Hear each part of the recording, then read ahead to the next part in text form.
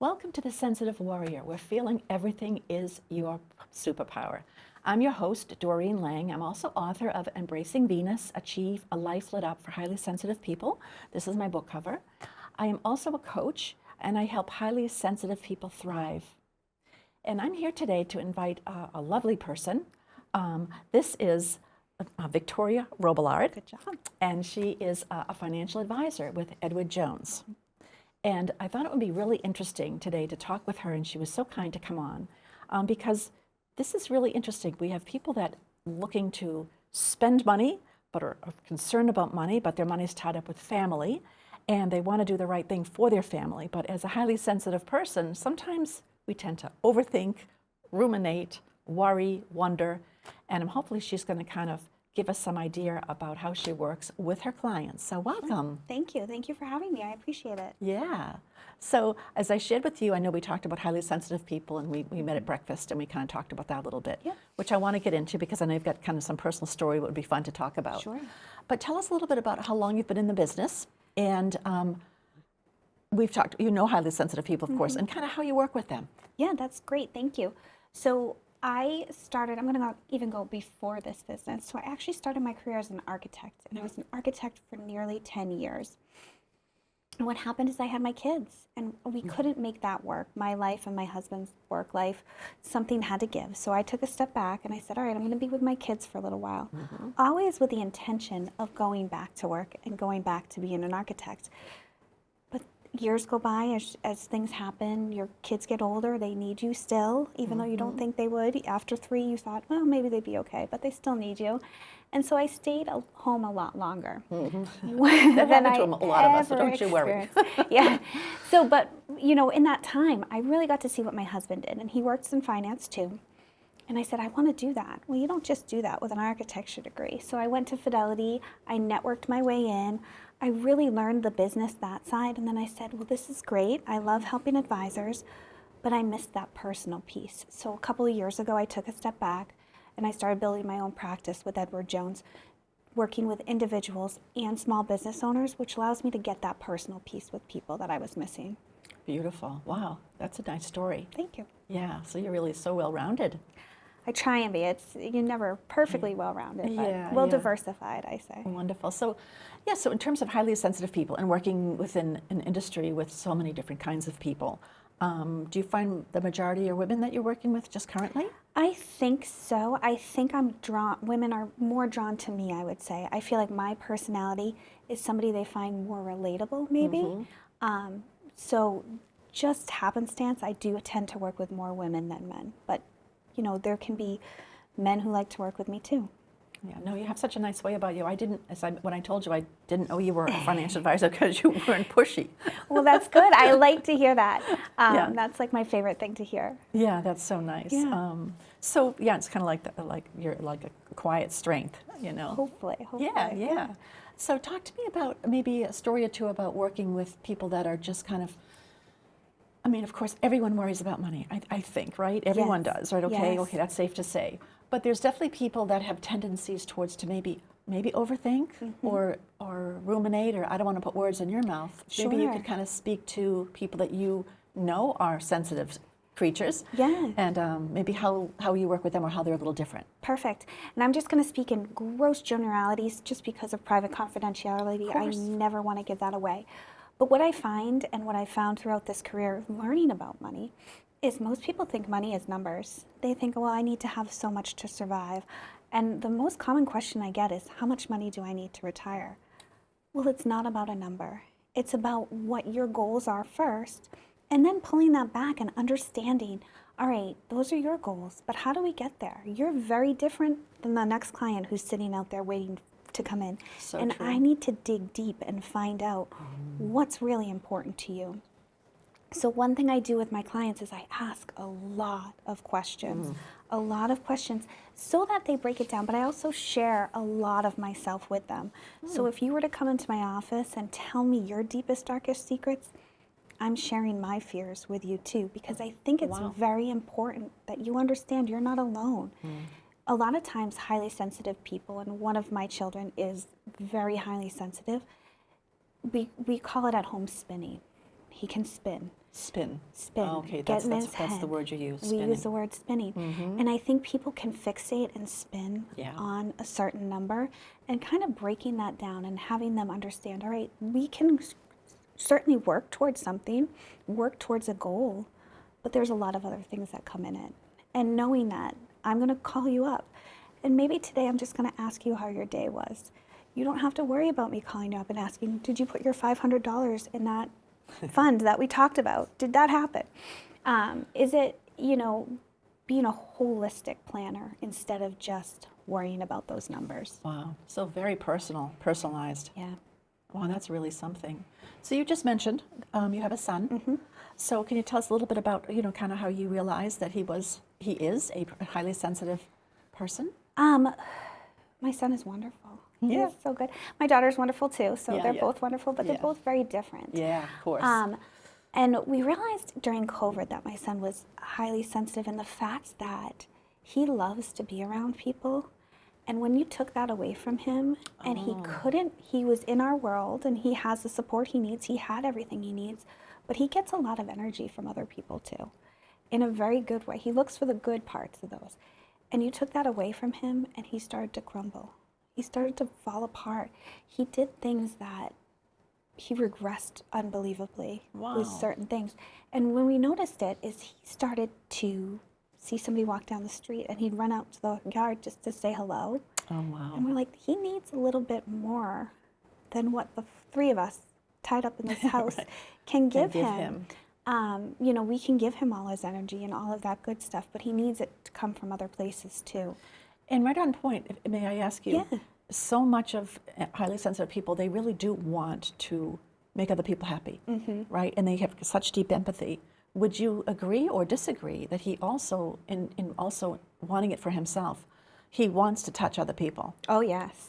Like he wants them to feel good because of him. Oh, yes. Yeah. Yeah, Very so, much so so. talk about that. So if you think, so he plays hockey. He's a very good hockey player, but his role is the goalie, and he really identifies as that goalie role. And we're like, why? Interesting, the goalie. That's a very hard thing.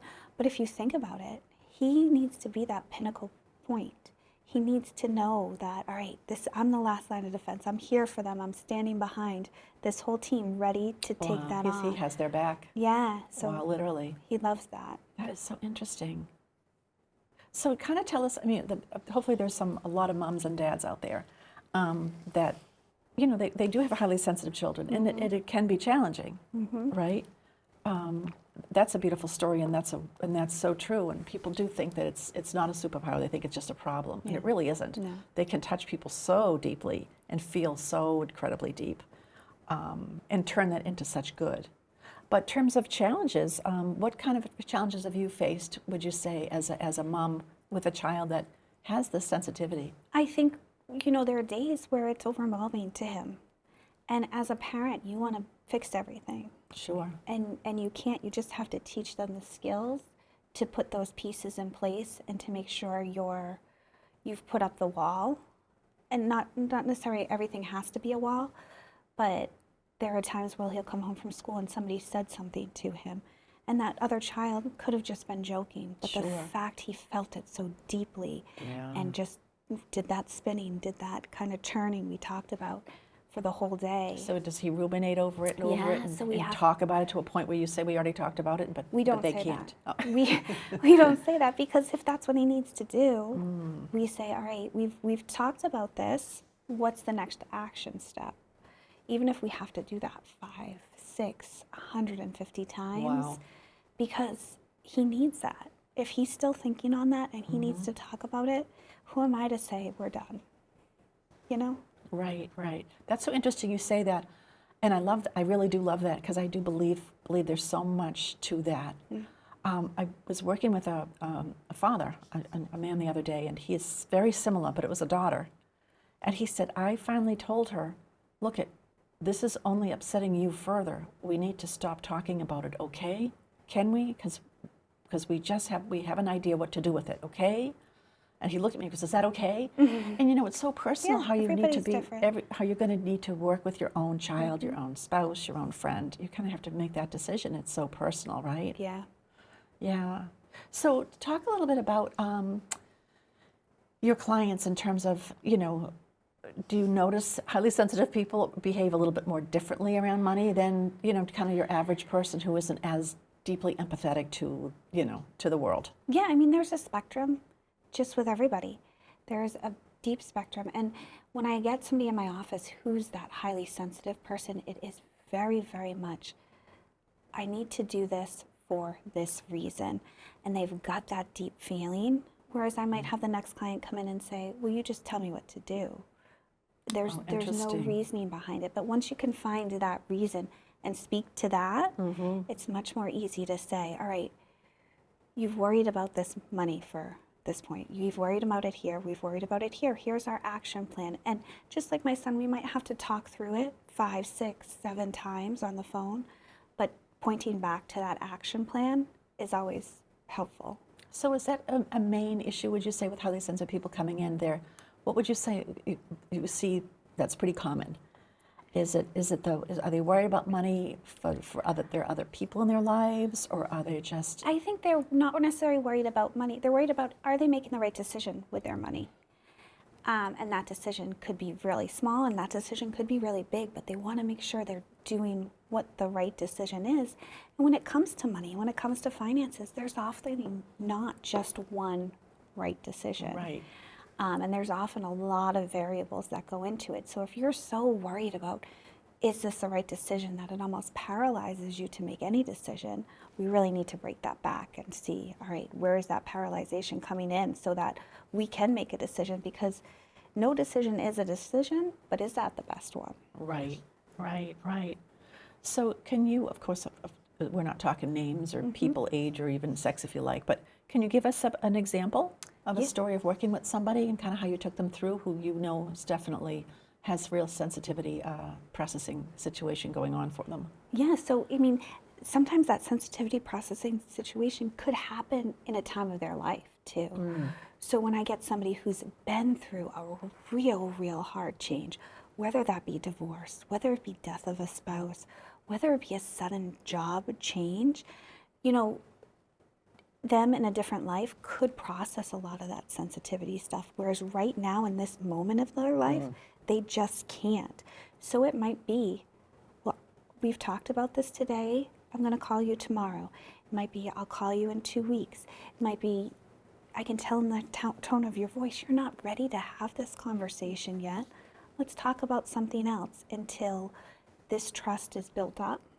Because again, it's got to be this trust. I've got to be vulnerable. You've got to be vulnerable. In a time of your life that's very difficult. Interesting. It's very hard to be vulnerable with somebody about your money.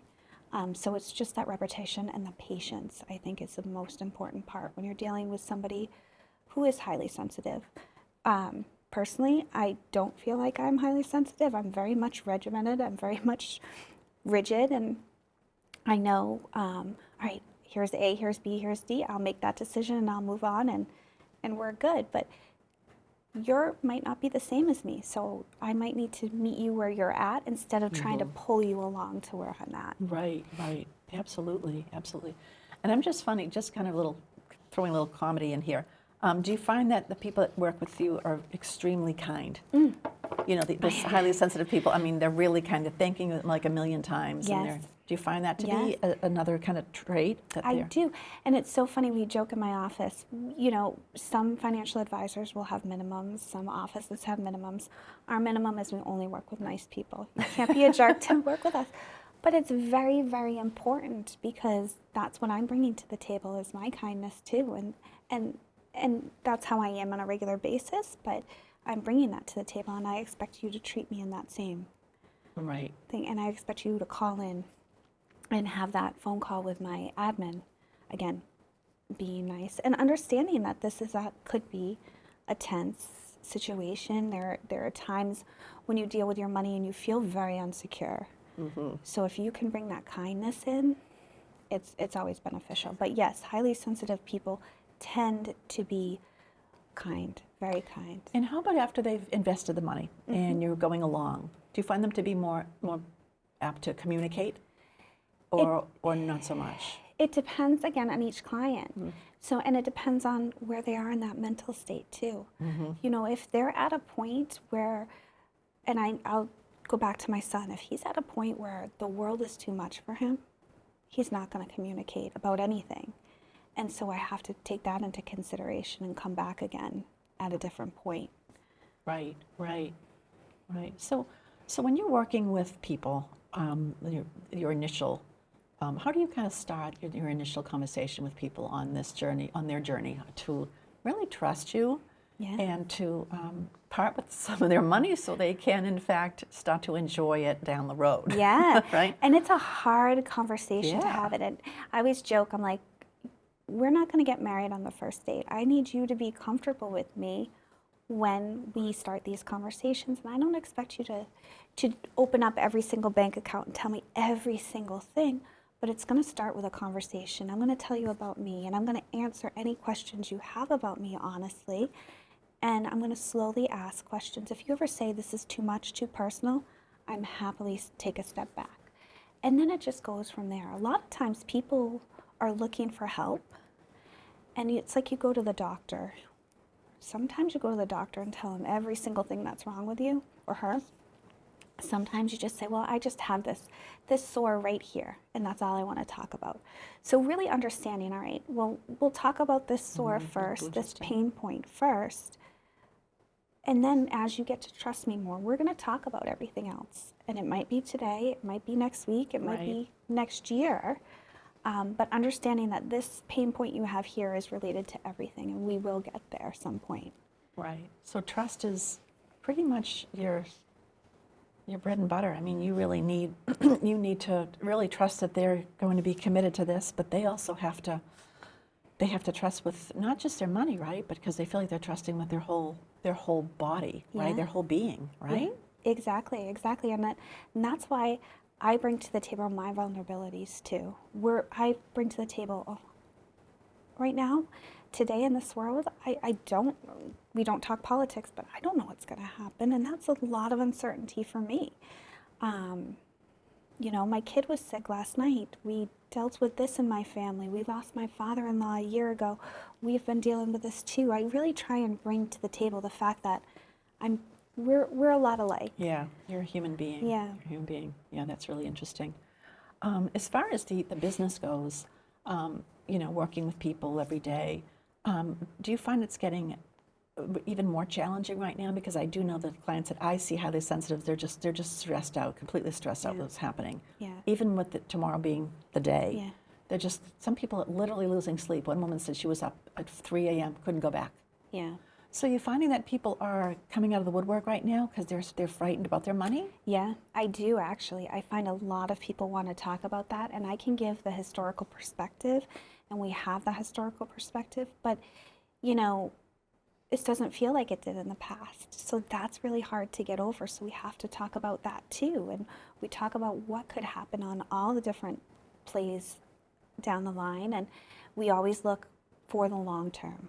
We always go back to the idea of the long term. Right now, this is scary. And I've got this beautiful map that it looks like a mountain chart, but it goes from like 1929 all the way up to present day.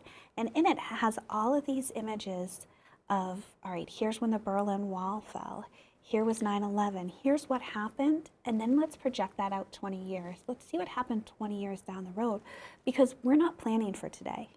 We're planning for 20 years down the road. Right. And so bringing that conversation back to that and saying, we plan our portfolios for 20 years down the road. Our goals are 20 years down the road. It hurts today, and you can certainly call me up anytime, and we can have a discussion. We can talk all of those details you want to talk, but just know that our sights are further on down the road. Well, that's so interesting.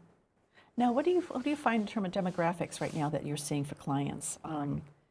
Now you had said to me that mostly women at this point. Yeah. Mostly women. What about ages? I find I'm seeing a lot of 40-year-olds in that, which is very surprising, because they're starting, I'm kind of proud of this. This is my demographic, but they're starting to say, wait a minute. For so long, I've given up these reins, or I've worked so hard, and now I want to plan for that future. We've just put our kids to the point where they're okay. They're not ready there. They're not cooked. They're not fully baked yet. But not all of my focus is on getting them to daycare or back and forth. And now I'm like, all right, where is my next set of goals got to be? And that's where I'm seeing a lot of growth in my book of business right now. So interesting. Right, right. I would see that. They're looking to plan ahead. Yeah.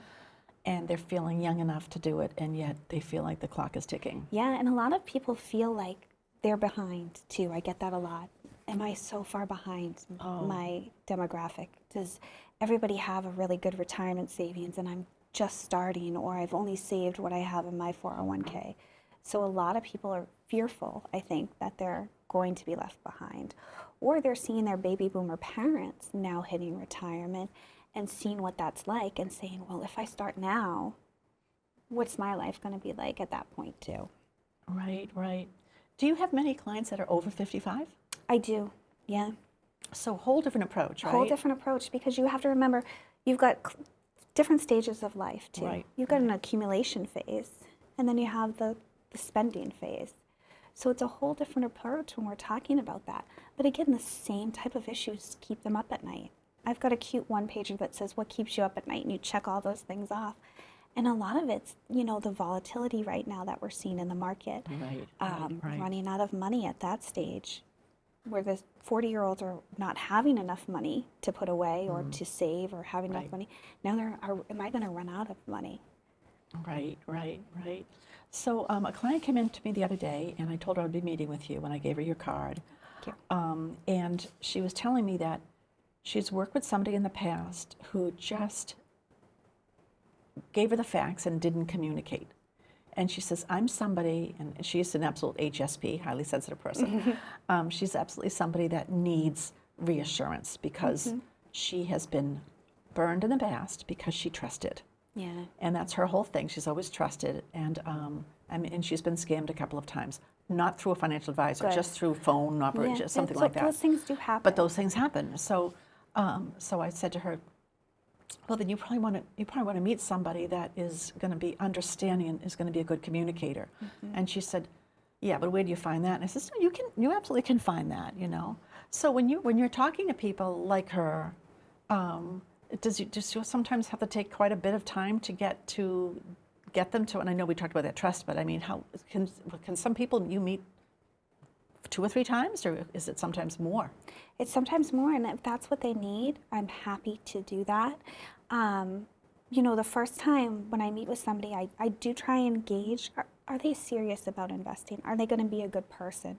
Is this somebody who, when the phone rings, I'll look forward to picking it up, even if it's a down day, because they're going to treat me with respect, even when they're in a stressful situation. Excuse me, right. The other thing I'm looking for is, how do they best communicate? Are they somebody who needs to sit down with me face to face, and we need to talk face to face because that's how they get the most out of it? Right. Are they somebody who wants a phone call every couple of weeks just to check in because that's something? Right. Or are they somebody who even wants drawing? So I have a big piece of paper sometimes I put out. If somebody is more visual, and I've kind of gathered that, we'll actually draw things on the paper, and I'll let them draw things too, because that's a different way of communicating. Wow. So you really go out of your way to accommodate people's learning styles, communication styles, investment styles. I mean, so I think I do, but it's not out of my way, because remember, it's not a one-time transaction. right. I want to be for you for 20 years. I want you to come to me with every little thing. So it's a long-term relationship. So, when I met my husband, I took a lot of time to find out who he was, and if we were on the same page, and, do we understand each other? And with good friends, I spend the time understanding who they are and what they need and how I can be a good friend to them too, and, when I can rely on them for certain things. So with my clients, it's the exact same approach. Oh, that is really interesting. So that definitely takes time. Yeah. So what are the kind of things that you would tell a highly sensitive person who might be listening or watching, what to look for in a financial person? You know what? I would look for somebody who lets you talk more than they talk, who sits down there and really wants to find out about you and about all of you. Who might not even ask about money that first time, because you're coming to me with money, and maybe we might not be the right fit financially, and that's okay too, but I want to find out more about you on that first interview question, because if I find out about money and I've written you off, you never know. You never know what that person may need or who that person might know or how you can help them in a different way too. So not everybody has money to invest with me when I meet with them, and that's okay, because Right. I might be able to send them in the right direction so they can still get on that goal train and get going in the future.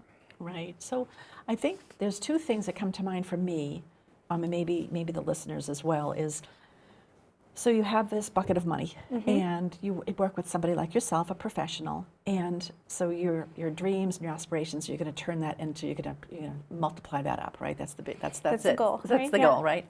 And the other piece is how do you make your money? Yep. Right?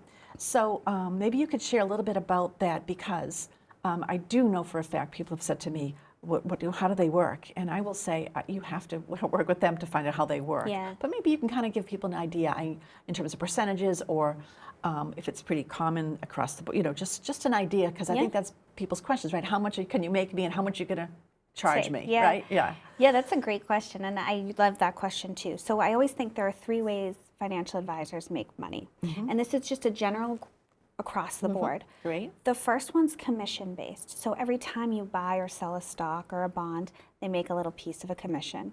The second option they have is a fee based. So you take all of your assets held at that company and you pay a small fee based on the assets under care. Now, the third kind, that I don't do this, but some financial advisors will do, is they'll charge you for a plan. And what it is they'll sit down with you, take all your information, they'll give you this nice tidy plan, and you're to take it home and do it by yourself. Oh, They wow. charge you for that actual plan. So I do a little bit of all 3. So I don't charge you for that plan. That plan is part of my service. That's what I love to do. And I either fee-based or commission-based, and that's based on what the client needs. If you're a young client who you're just going to put a little bit of money aside in a Roth IRA, and it's right for you just to put in $100 each month and pay that small commission, then we certainly do that. If you're somebody who wants a lot of interaction, wants to kind of have all my hands in your portfolio and moving it around, then fee-based might be right for you. But we always work to find out what the client needs. And it's something I'm very transparent about. If anybody has a question, we pull up their accounts, we look exactly what they're paying on everything. Wow, that's really good to know. And do you bring that up in the first initial I do. meeting? So I definitely bring it up that there are different ways to pay. A lot of people come in and, well, how much is it going to charge to meet with you? I'm not like a lawyer or an accountant. My time does not cost you anything. You pay me within the assets under care. So we do bring it up in the very first. I've had people pull out their pay. I'm like, no, you don't pull out your checkbook here. We're going to talk about your assets. This is part of the process. And again, it's that relationship. My goal is obviously to make money. I wouldn't do something, take time away from my family if it wasn't important to me. But my goal is that relationship, that long-term relationship. Wow, that's great. That's really interesting. So as we're wrapping up, what would you say to people? What would you like to say to people, highly sensitive people, especially, because hopefully we have a lot of people that would love to know how best to work with you.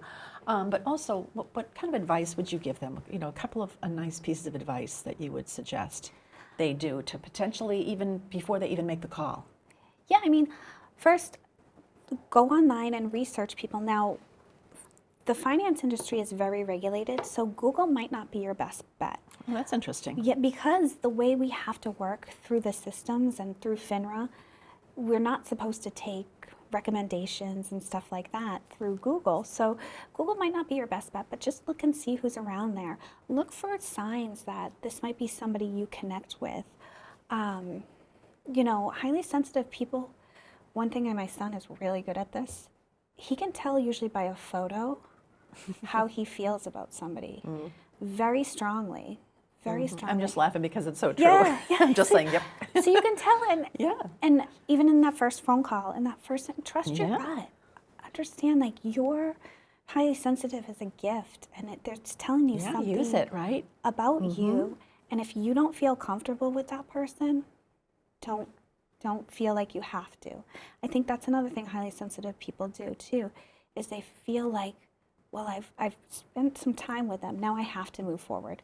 You never have to move forward if you're uncomfortable or a little bit uncomfortable. Take your time and make that right decision.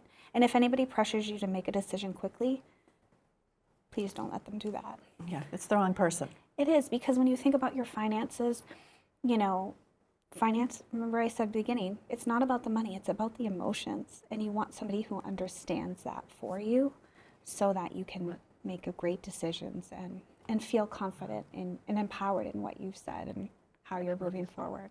It's great advice. Great advice you. to everyone in HSPs as well. So Yeah, thank you so much everybody. for Thank coming you for on. having me. This was so fun. I'm so glad you came on. So again, I'm sitting with Victoria Robillard, and she is a financial advisor with Edward Jones. And if you'd like to get a hold of her, reach out to me, Doreen, D-O-R-E-E-N, Doreen at blossomhealingstudio.com, and I will connect you. And if you were interested in taking your high sensitivity to a deeper dive to learn more about how you can treat this as a superpower, reach out to me for the same reasons, Doreen at blossomhealingstudio.com. And remember, every day, your sensitivity is a superpower. Feeling everything is a superpower. So thank you for joining us, and until next time, see you soon.